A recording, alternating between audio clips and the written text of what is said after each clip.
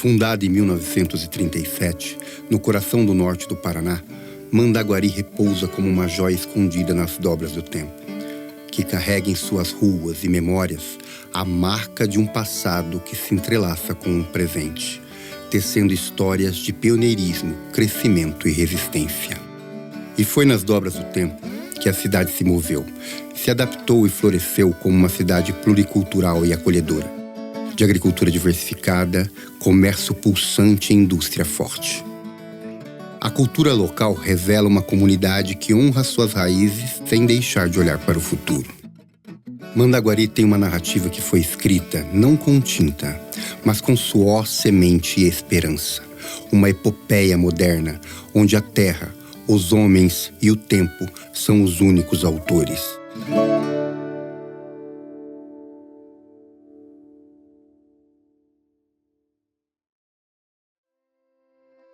A cidade foi fundada em 37, que chamava Vitória, devido à madeireira lá na Vila Vitória, depois Vila Vitória. Em 39, começou a Segunda Guerra Mundial, países democráticos e os países do eixo, né? E, a princípio, o Vargas era a favor do eixo. Aí, em 41, as potências começaram a pressionar o Brasil, Estados Unidos, para o Brasil mudar de lado. Aí o Brasil, então, passa a apoiar as potências ocidentais democráticas. E aí veio o nome, né, Lovatty. Havia a ideia que Lovatty, como cidade de Rolândia, era o nome dos países totalitários. Então houve uma pressão para mudar o nome, que não tinha nada a ver o Lovatty. Mas foi mudado, né, para Mandacaí, que era um ribeirão entre Jandar e Mandaguari. Então não é questão da abelha, o nome. É desse ribeirão que era Mandacaí, e depois Mandaguari. Então o nome é por questão geográfica.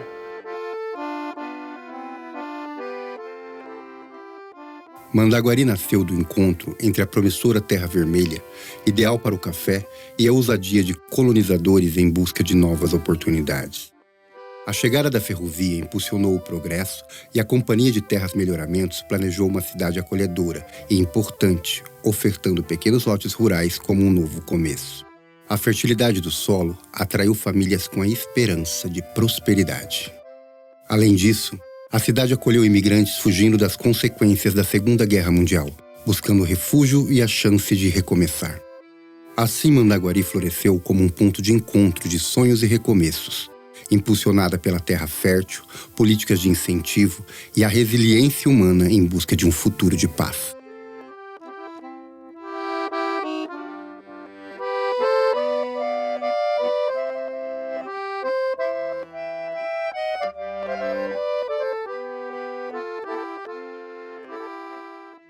A nossa família chegou aqui no município de Mandaguari no dia 10 de julho de 1946. Vindo do estado de São Paulo, questão de perseguição pela Segunda Guerra Mundial, o qual meu avô ia perder as terras confiscadas por causa da guerra, então vendeu rapidamente as terras no estado de São Paulo e migrou para o município de Mandaguari, nessa região aqui do Rochedo. Eu sou a quarta geração da nossa família aqui trabalhando com cafés.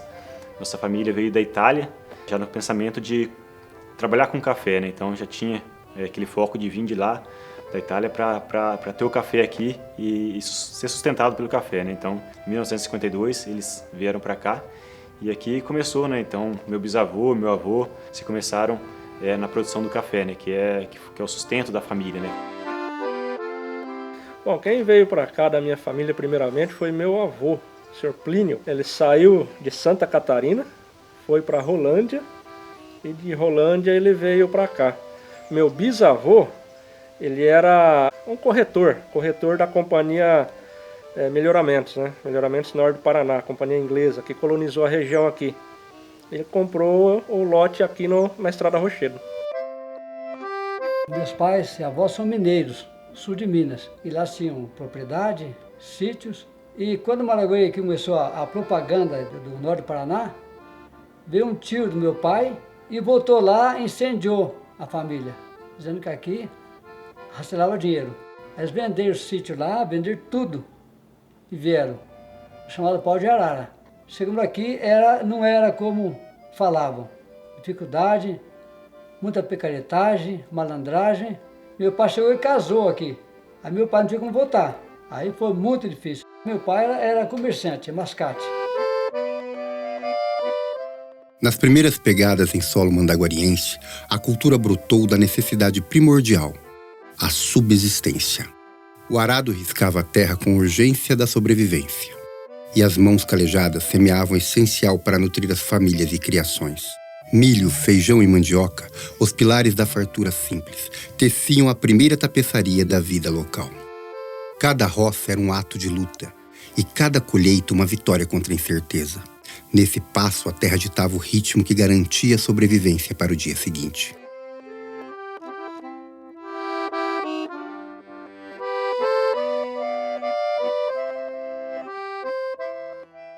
Bom, aqui, como tudo na época, era mato. Primeiramente plantou as culturas de subsistência, né? Feijão, arroz, mandioca. Posteriormente foi o café, que foi onde alavancou a família. E depois, em paralelo ao café, a suinocultura. Aí a gente começou a diversificar bastante a propriedade. No início foi plantada só cultura de subsistência, feijão, um pouco de milho para as criações. E assim, aí a dificuldade era grande, começou a produzir bastante a região e não tinha escoamento. Aí tiveram que alterar um pouco a atividade. Mandaguari perdeu o bonde da história, que não é bem isso. Quando a companhia veio colonizar a região, ela tinha um projeto de criar 4 cidades médias, né, que era Londrina, Maringá, Umuarama e Cianorte. Seriam cidades com mais de 20 mil habitantes. E as menores, como Mandaguari, seriam tipo uma colônia agrícola para abastecer as cidades médias, ou que seriam grandes no futuro, né? Então Mandaguari foi fundada para ser pequena, uma cidade gostosa, tranquila. Então a companhia ela colonizou toda a região aqui, e interessante, porque a companhia ela só vendia lote no máximo de 5 alqueires. Ela tinha uma política ali de tentar evitar o latifúndio, né?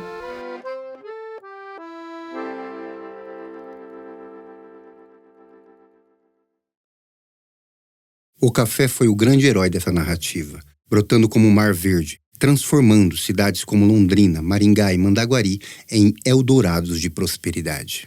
As estações ferroviárias tornaram-se centros de comércio, onde sacas de grão embarcavam rumo ao mundo e o dinheiro circulava como água em tempos de chuva.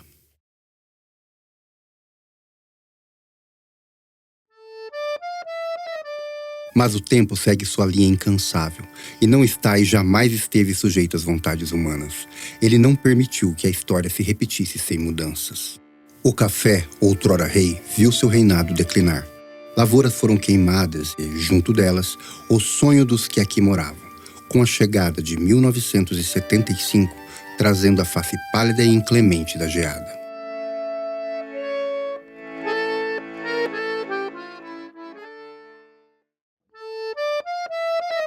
A famosa geada negra, onde dizimou as grandes produções de café do Paraná. O Paraná era o maior produtor de café do Brasil e do mundo, na verdade, né? Toneladas e toneladas de cafés aqui, e muitas vezes não tinha nem saída para tanto café, né? Então muitas vezes o governo tinha que comprar e queimar esses cafés, porque a produção era tão grande que não tinha para onde vender, para quem vender. Então acabava que o governo tinha que comprar e queimar e dar um fim para que tenha novas produções e estabelecesse mais mercados, né?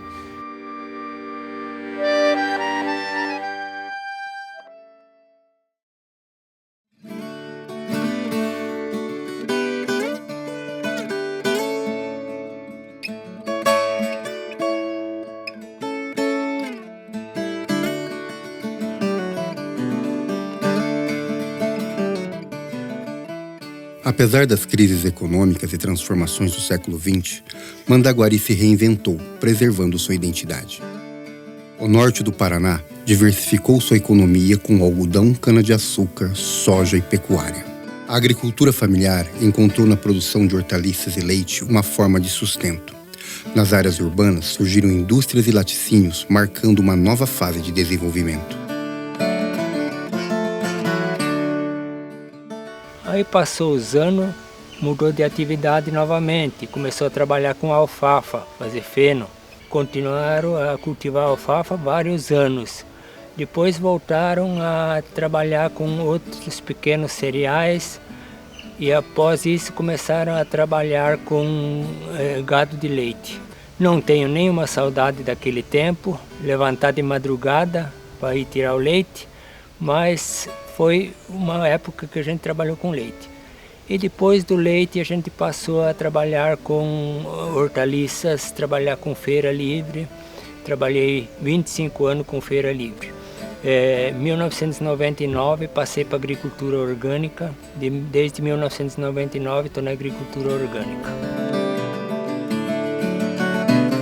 Muitas famílias acabaram com o café, né, por causa da geada, foram para grandes cidades, grandes centros. Muitas famílias foram para Minas, São Paulo, trabalhar com café, em áreas que não geavam, que não pegam geada, né? E a nossa família, com algumas outras aqui da cidade, permaneceram, né? Se reuniram e se juntaram tudo e falaram, não, todos nós juntos somos fortes, todos nós juntos vamos reerguer e começar do zero, né? Teve uma mudança drástica, né, na produção de café, né? Então, desde o plantio, desde as variedades novas que iam surgindo, né?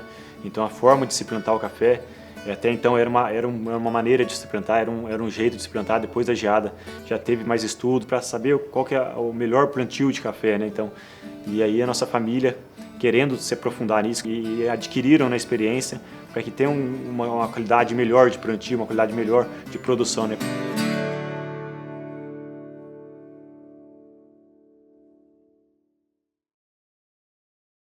Desde suas primeiras pegadas no tempo, a história de Mandaguari foi tecida com fios de diversas procedências. Acolheu com o calor do lar aqueles que trouxeram consigo sotaques, costumes e sonhos variados. E essa é a história do passado e do presente. E esperamos que do futuro dessa cidade, que nunca fechou uma porta para aqueles que aqui escolheram se abrigar. Nas dobras do tempo, no surgir de uma nova era, com a cidade renovada, chegaram novos moradores. Aqui se tem pequenas histórias de vida que trazem humanidade, fé e caridade, que ajudam a redigir a história da cidade com os valores que perduram até os dias de hoje.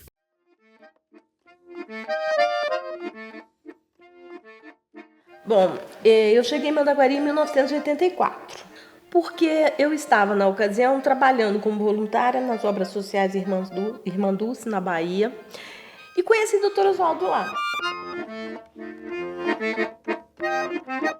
Eu acabei vindo para a cidade de Mandaguari ser enfermeira, responsável por toda a equipe de enfermagem, centro cirúrgico, e fui muito bem acolhida. Uma cidade muito acolhedora. Não é à toa que desde 1994 que eu vim para cá e estou aqui até a presente data.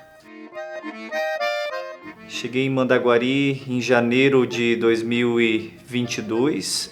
Foi a primeira paróquia em que o bispo me confiou. Cheguei como diácono aqui. Um povo muito receptivo, alegre, acolhedor, de uma essência rural.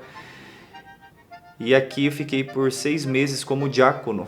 Depois me tornei padre, ordenado padre, e voltei para cá, para o início do meu ministério de padre.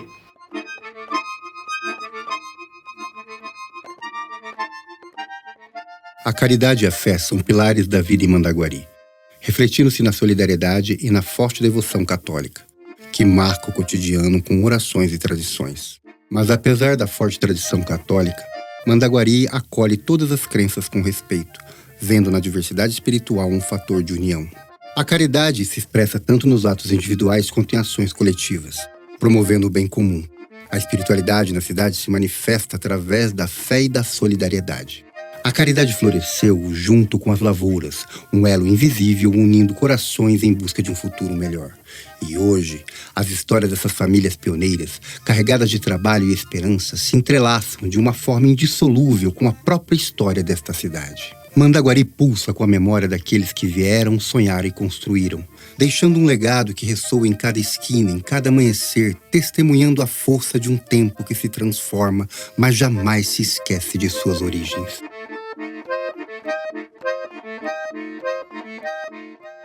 Aí eu conheci o seu Alexandre Elias Nassif, o Xandu, que era o prefeito da época. E aí ele me conheceu dentro do hospital, fiz uma brincadeira com ele, né? E depois ele veio conversar e eu perguntei para ele, por que o senhor não me contrata para eu trabalhar na rede pública? Ele falou, é uma boa, sabia? Eu fui trabalhar na Secretaria Municipal de Saúde, que era ali para cima da Capela do Prever. Já tinha a UBS do Jardim, do Vila Vitória, já tinha o do Esplanada, o dos 5 conjuntos, que era lá na Popular 2, tinha também o Progresso e o Jardim Cristina. Eu vi que aquele homem era diferente. Quer dizer, o doutor Oswaldo era um homem que andava descalço, rasgado e tal, mas quando você conversava com ele, ele tinha, né, uma capacidade de falar muito fluente, muito inteligente. E a gente conversou ali que este médico, né, que estava abrindo uma instituição, ele precisava mais de ajuda do que a Irmã Dulce, que tinha uma estrutura muito grande, inclusive com voluntários do exterior, né? Tinha gente até dos Estados Unidos e tal. Pensei em ajudar a estruturar o trabalho e depois voltar, né, para Minas ou voltar para Bahia. Fiquei como vigário na paróquia, juntamente com o Padre Obelino, e na sequência assumi como pároco da comunidade Bom Pastor. Uma paróquia viva, com um povo muito raiz, participativo, fervoroso.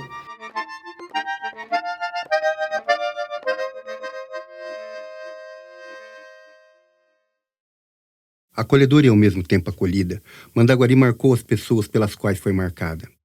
Quem aqui chegou e decidiu ficar, também foi cativado por uma cidade adorável, de povo simples, aguerrido e história notável. Essas pessoas estão em Mandaguari, assim como Mandaguari está em cada uma delas. Ai, não quero falar, senão eu acabo chorando. Então eu fiquei muito triste de fechar a Santa Casa de Maringá. Foi muito engraçado que jamais eles imaginavam que para tirar todos os pacientes para poder fechar, eles estavam aguardando pegar 2 pacientes. Um paciente que estava com uma fratura exposta, com muita infecção, e o Hospital Geral não tinha um infectologista. Vocês sabem de tudo isso, que o hospital pequeno tem um médico generalista, né, um pediatra, e olha lá, hoje está mais mudado, mas ainda tem muito a melhorar. E aí eles ligaram e pediram, né? Eu falei, nossa, mas vai fechar mesmo? Tem certeza? E na hora eu falei, eu fiz estágio aí, eu estou muito triste. Já que a Santa Casa já te ajudou tanto, você aprendeu tanto aqui que hoje você está aí, aceita esses 2 pacientes. Eu falei, olha, não depende só de mim, né? Esse vai usar antibiótico, vocês estão já usando um antibiótico de última geração, e o outro paciente era um andarilho, que estava, né, ele tinha outras doenças muito delicadas, ele não respondia absolutamente nada. Aí tudo bem, deu certo, falei com a equipe médica, a equipe aceitou e fechou a Santa Casa, e esses pacientes vieram para Mandaguari. Todos os dias eu chegava, ele ficou no último quarto do Hospital Geral. Todos os dias eu chegava lá no hospital e falava o nome dele, tá? Eu vou dar um codinome para ele. Bom dia, Jorge, tudo bem? Eu entrava, abria, era um ritual. Ele ficou muito tempo no hospital, mas muito tempo mesmo. Eu abria a janela e falava e tal, e saía e conversava ali com ele, mas ele inerte. Aí teve um dia que eu cheguei, fui, oi Jorge, bom dia, como é que passou a noite? Foi tudo bem? Vamos que vamos embora, não sei o quê. Aí a janela, ele não tinha visão de mim na janela, porque a cama ficava virada para cá. Pra você ter uma ideia, a gente fazia mudança de decúbito nele. Virava ele para lá, girava ele para cá, para não dar úlcera de pressão, que a gente chama de escara. Alguns chamam escara, outros chamam de úlcera de decúbito. Aí eu falei, bom dia. Aí na hora que eu abri a cortina, ele falou, bom dia. Aquele dia, meu Deus. Aí sabe quando você sai no corredor? Gente, vem ver, o Jorge acordou.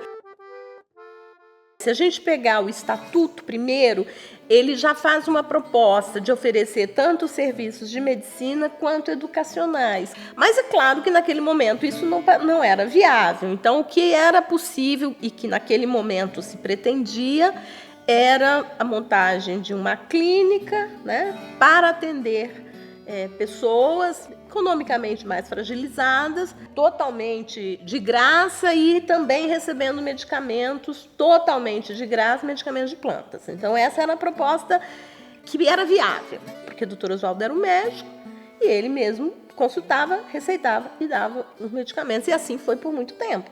A gente só entra mesmo na área de esporte e educação já em 2005. 2005 esporte e, na sequência, a educação com a literatura, né? Temos uma proposta de literatura, de arte, de canto, que é revolucionária, porque não é só fazer acolhimento de famílias ou de crianças e adolescentes que não podem pagar pelo serviço, né? Ou não é caridade, que é algo fantástico, lindo, bíblico, mas é justiça social, que é muito mais profundo.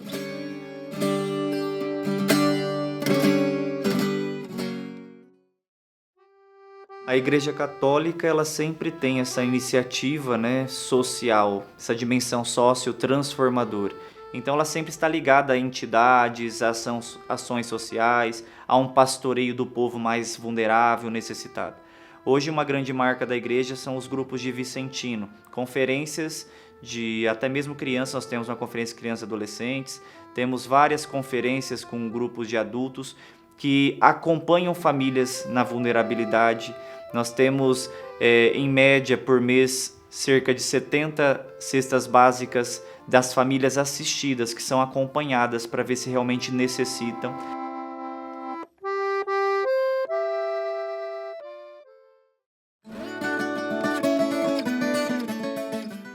Mandaguari é uma cidade que foi projetada para ser pequena, como eu contei no início da minha fala.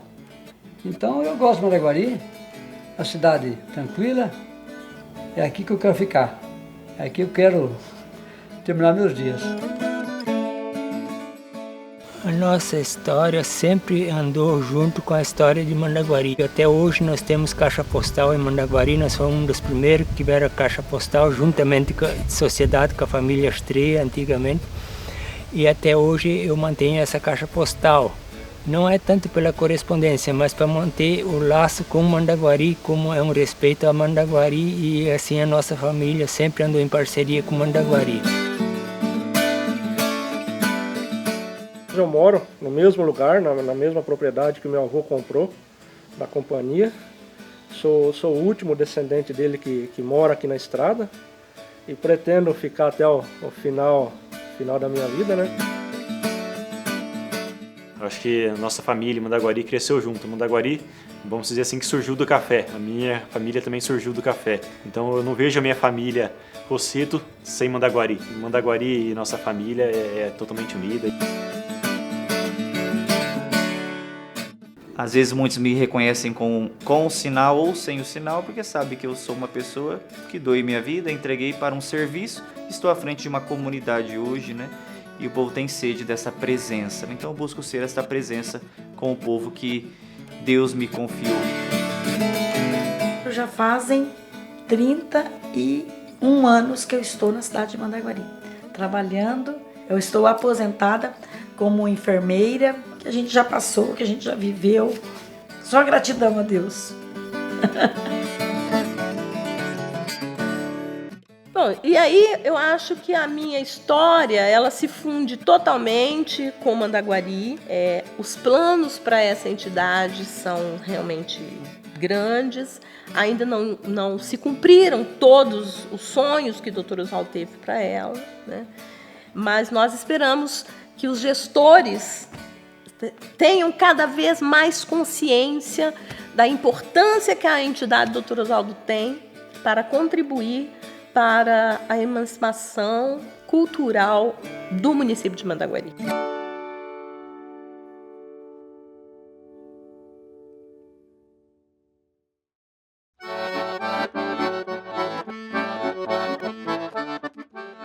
Assim, nas dobras do tempo, A história de Mandaguari se teceu com os sonhos do progresso que ecoavam nos trilhos e na promessa da Terra Vermelha.